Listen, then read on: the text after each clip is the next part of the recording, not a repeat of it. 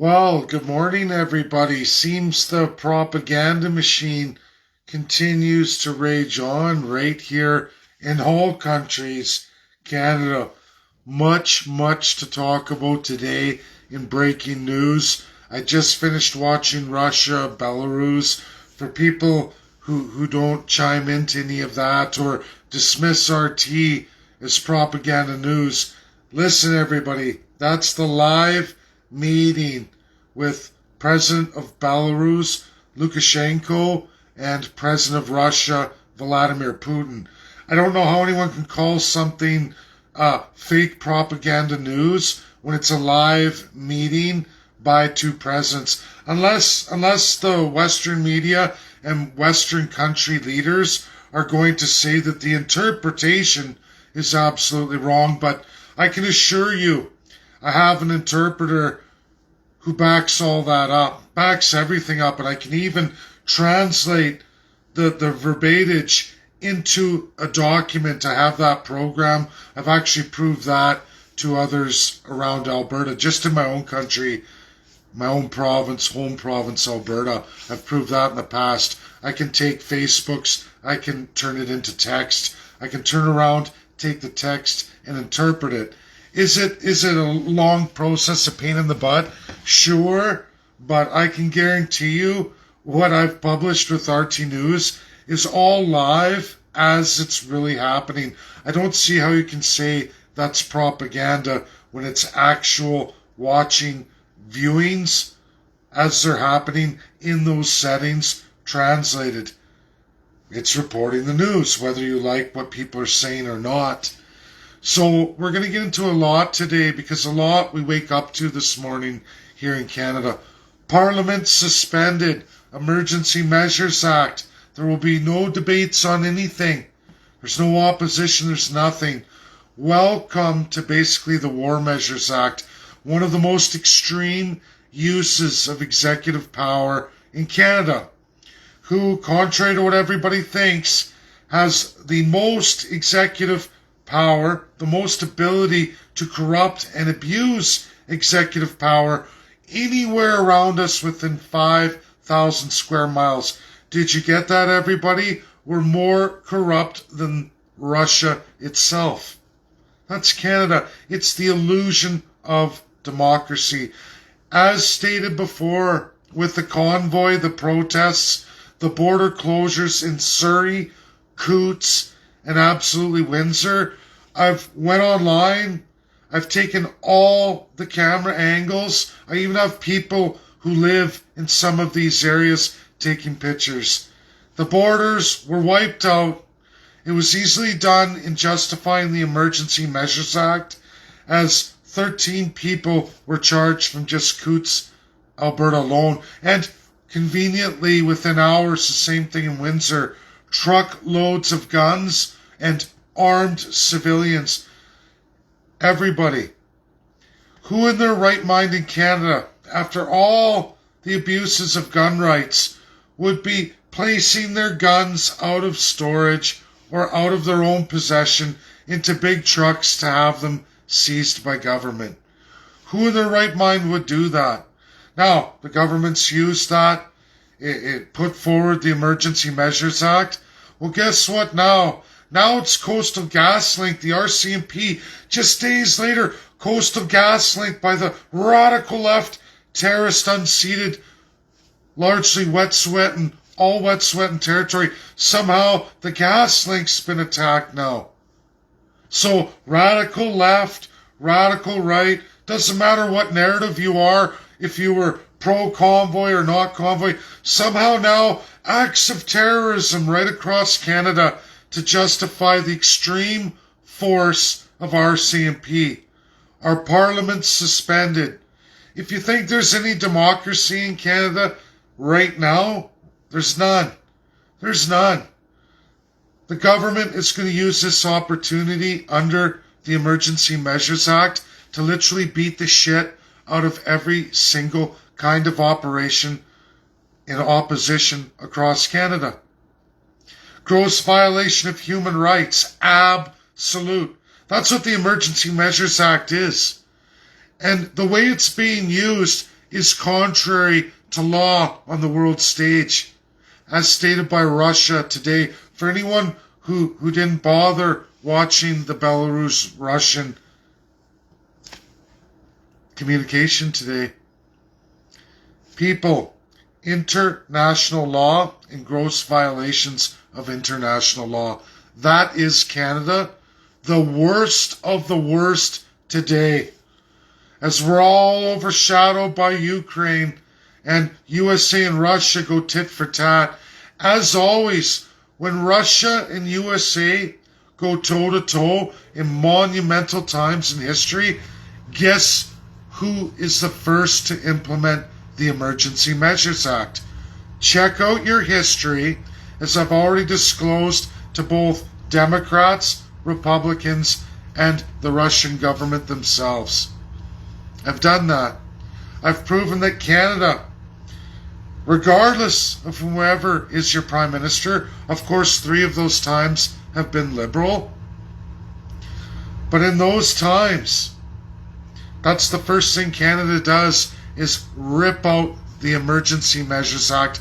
Was the War Measures Act, regardless of war. Regardless of war, meaning even if there's no war worldwide or war at home, the government rolls it out when USA and Russia are distracted.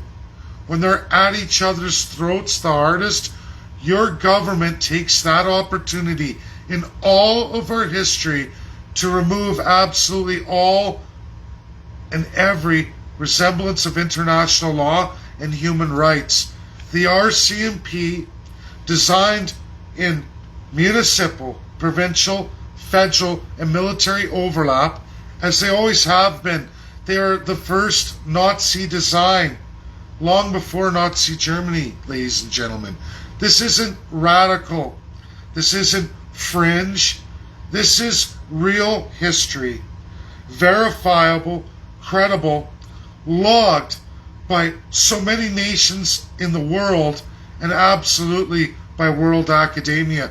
You can't find a credible published expert in law, in history, in political science to come forward in their name to justify anything the government supposes or tries to say, or media would try to say that anything I'm telling you isn't truthful 100%. You can't find anyone. Now, maybe a Canadian government for hire academic, but when you go out to the world stage, any country in the world, that means you can go to Russia, Ukraine, USA, and you won't find an academic who will disagree with me. They're going to say, yes, he's 100% correct. Here's the publications. That's worldwide. We can go through the African countries. If anyone bothered to watch the UNSC yesterday, we watched Ukraine get mandated a return to Minsk. What does that mean, Canadians? And if there's Americans watching, it means America is not a part of the European Union. They have no say over the Minsk agreements, but as a UNSC, all binding world powers, they voted that through in 2015. Yesterday, Ukraine and their president were mandated to return to the Minsk agreements. European contract crafted by European for all members of the European Union. Brexit's not in the UK is not in the European Union anymore. Brexit. They're out. That was their choice, everybody. They don't have any say in what happens in Europe and over Europe policy anymore. Russia's there, France is there, and that's it. USA does not have a seat in the European Union. And why is that, everybody? Because the laws of America, the Constitution of America, cannot allow any president to take them into it. You can't even host a vote to do that because it's 100% against the Constitution of the United States of America. Now, presidents with executive power, we have a Joe Biden who's returned to 1991 George Bush foreign policy on unitary Ukraine, which is contrary to the Constitution of the United States of America. Again, it's also contrary to the 50 states of the United States of America. 100%. You can't find an American academic to come forward to justify anything that Joe Biden's doing right now. Do you think they want to be painted as anti-American? They won't do it. Not a Democrat, not a Republican alike. This is corruption of the executive. I hear from people all over the place in many social media groups, especially here in Canada. This has to go like this. Oh, we gotta do this, we gotta do that. Government's good, they mean well. Your government is the problem. They're the problem on the world stage. Canada leads the NWO. Politicians fill their fat pockets. Which brings me to Pierre. I'm going to try and say this right, because I'm getting a lot of messages from French Canadians speaking saying you're not. Poilievre. Pierre Poilievre. I hope I've said that correctly. Pierre Poilievre can't win an election if called tomorrow, even if he was leading CPC. He hasn't made any major grounds, hardly any, none whatsoever. Trudeau would win almost entirely exactly what he won against Erin O'Toole if Pierre Poilievre was the leader of CPC tomorrow. Does Poilievre win 1% of the PPC support? Absolutely. Absolutely he does. Is it enough to turn over the Liberal ridings? The answer is no. No. And in fact, we already see new polling change in Quebec. Bloc Québécois gets even more if a vote was held tomorrow. If a vote was held tomorrow, Bloc stands to make major gains. Who loses? Well, NDP. Who gains? Liberals, not CPC. Bloc and Liberals. And in the voting weights around Canada, losing Quebec or Ontario seats is bad, bad jube. No one can win Canada if you can't win Ontario and Quebec. The overwhelming seat numbers are in that favor, even with the new boundary proposals. But again, everybody, we're now in Emergency Measures Act. Parliament's suspended, apparently out in Wet'suwet'en territory, unseated. All of a sudden, somebody's bombing GasLink so that the Emergency Measures Act can give the police power to absolutely devastate the Wet'suwet'en. Because apparently, radical right and radical left automatically want to act out as soon as we're under Emergency Measures Act so that they can be decimated by police with all kinds of superior power, firepower, and absolute abandonment of all human rights. This style of policing hasn't been seen since Nazi Germany.